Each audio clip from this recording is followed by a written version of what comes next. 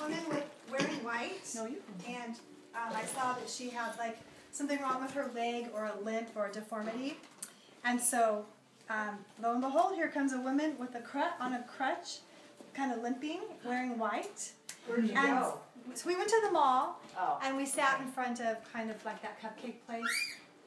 And when Rachel approached her, and she was just so blown away that everything was written on the paper, you know, and she just was so ready. She's like, I mean, so like God was just revealing himself to her. She was so ready to be ministered to, and was even telling her husband, "Go away. This is a once in a lifetime thing. God doesn't do this. Just go. I'll meet you out the car." And she was just so receptive and open. So we prayed for her, and she chose to walk back to her car without the crutch. And this woman, and she had been drinking, had a couple glasses of wine, and she was just like making a big deal, like, "Really? Are you sure? I've been drinking." And we're like, "Hey, Jesus loves you." Kind of the message God had laid on me was a woman that was blonde and wearing a red color. And I think they had confirmation on that. Oh, the sandals. I forgot to look at the sandals. He got the sandals, but I didn't even look at the sandals tonight. And so God did. He led us up to a couple with some dogs, and the lady was wearing a orangish reddish shirt, bright. And God had actually given me sadness. And now that I think of what the sadness had to do with, is because the daughter and the granddaughter and son-in-law moved to Arizona. And so she was feeling sadness for that, probably the partying and also the granddaughter. So we prayed for the couple, and we prayed for their granddaughter who had a 16-year-old that had to start high school, brand new high school, you know, at 16, and then for her daughter in their transition. Brown hair, shopping centers, and I got Sprouts, and I got black.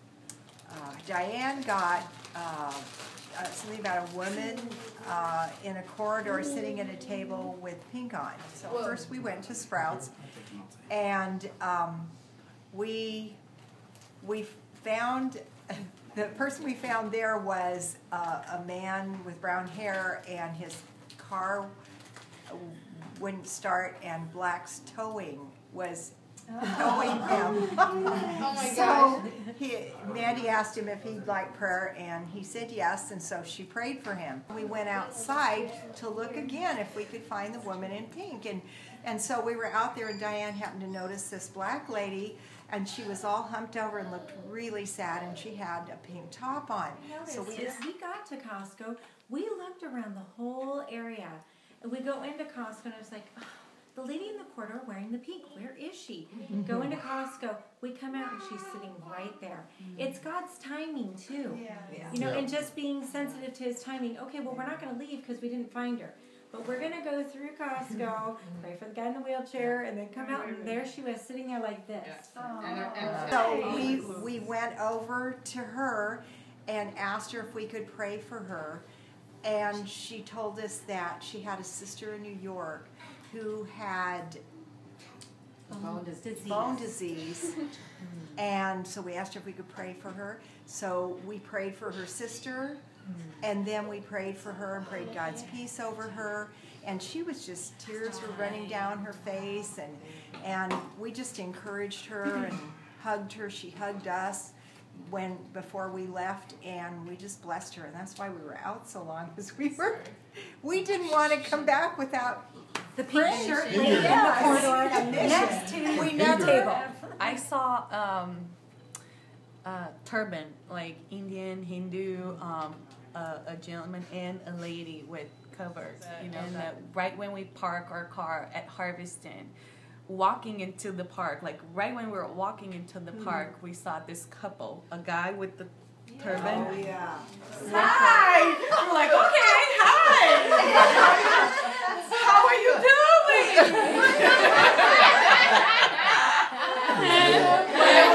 Because Javed used to be, he was supposed to be the one to go and get Oh, you were the bold one? Javed was the bold one, but then Jake said, that's the person you saw, so you go, what am I supposed to say? What am I supposed to say? And she was like, time ticking. Hi! with the respiratory like tubes on his nostrils because oxygen, like carrying a little oxygen container, and his wife with the turban too, and they were very friendly, and we got to pray for them. They allowed you to pray.